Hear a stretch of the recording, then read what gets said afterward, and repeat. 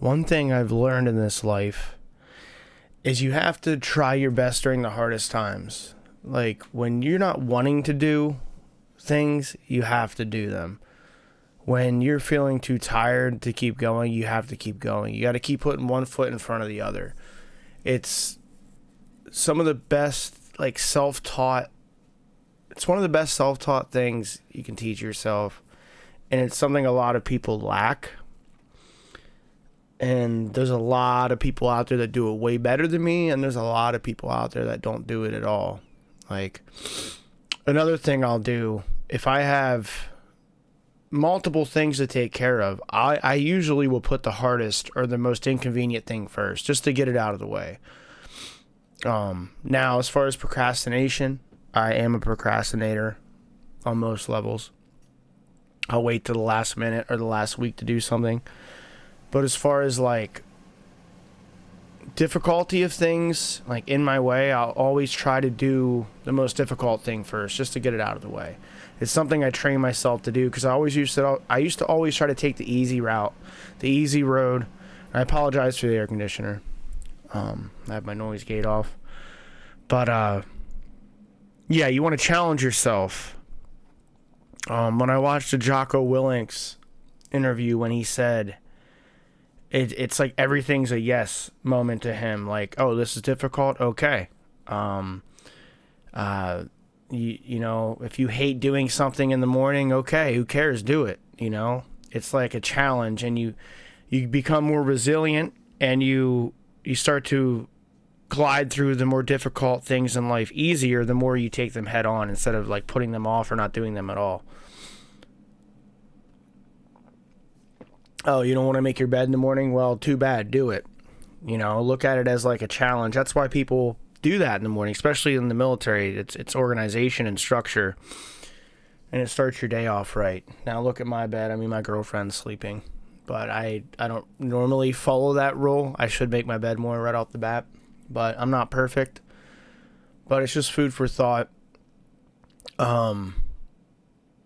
It's almost like when you have a really messed up sore throat, or you have a really bad cold, influenza, and you're like, man, I wish I didn't take feeling well for granted so much. Like, now my neck's hurt, right? I've had neck issues for the past week, and I would give anything to have it normal again, right? And I've been normal. This happens twice a year with my neck, and I'd give anything to feel normal again. And in a week when it's healed, I won't even think about it. I won't, you know, I'll be taking it for granted all over again. I won't even care. Or like when I'm sick, I would give anything to feel normal. Like when you burn your tongue, or the roof of your mouth, or you bite the inside of your mouth real bad, right? And it hurts for like a few days, and you're like, man, this is annoying. I wish it went away and I feel normal. Then you feel normal and you just take it for granted again on repeat. I try not to do that. I mean, we all do it. It's like, it's just so weird. Like, we take a lot of things for granted, but I try to actively tell myself when I'm working a 10-hour shift or I'm working out, like, it's worth it, and I'm going to do it no matter what. Even if I don't feel like doing it, I force myself to do it. That's a lot of people, they won't break that barrier. You have to force yourself, and then it will make the easier and better days that much better, right? If you can thrive during your worst days, it'll make your better days that much better. And it's the truth. And it is hard. It is very hard for people. Now, mind you, given like certain bearings like mental health, depression, severe anxiety, some people may not be able to break that threshold. You know, I come from a background of depression and anxiety. I've done it, but some people may have it worse than me. Like, there's people that have panic attacks, or they just can't get out of bed from depression, you know, and I'm no judge on these people. I don't know their mind, their brain, their life, what they're going through. But as far as, there's a lot of average people that could do it, but they don't. They don't want to make the sacrifice. They don't want to give certain things up. But it's uncomfortable, you know, forcing yourself to do these things. And there's many times throughout the month where I'm like, man, I don't want to do this anymore. I don't want to work. I'll be, you know, I'll hit my 8 hours and I don't want to work the overtime, but I do it.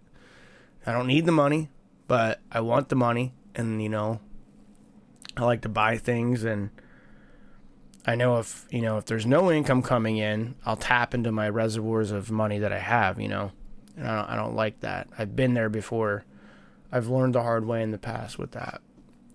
But there's times where it's like, man, I don't want to do it anymore. But you keep trucking, and it builds your character up. Same with the gym, same with sobriety.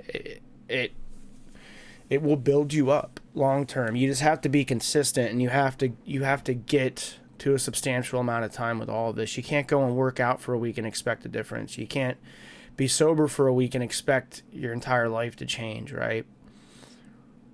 You have to break those boundaries. You have to make the bad days worth it and thrive during adversity, right? As Wes Watson always says, I recommend these people too. David Goggins, Wes Watson, Jocko Willink. I watch them as much as I can. There's a bunch of very inspirational people out there. I don't subscribe to any programs or anything, but I'll listen to some of the things they have to say. Some of these guys. But Wes Watson always says how during a contractory phase, there's always an expansion phase following it if you follow the right guidelines and put in the effort. So during hard times, you'll blossom out and you have an expansion phase later on, which means you'll have growth, whether it be wealth, mental, physical, if you put in the work. Now, some people just get dealt the wrong cards, the bad, you know what I mean? Like, I feel like there's a sect of people that just, they can't get a leg up because of certain situations, and not everyone is dealt the same hand, and I completely understand that,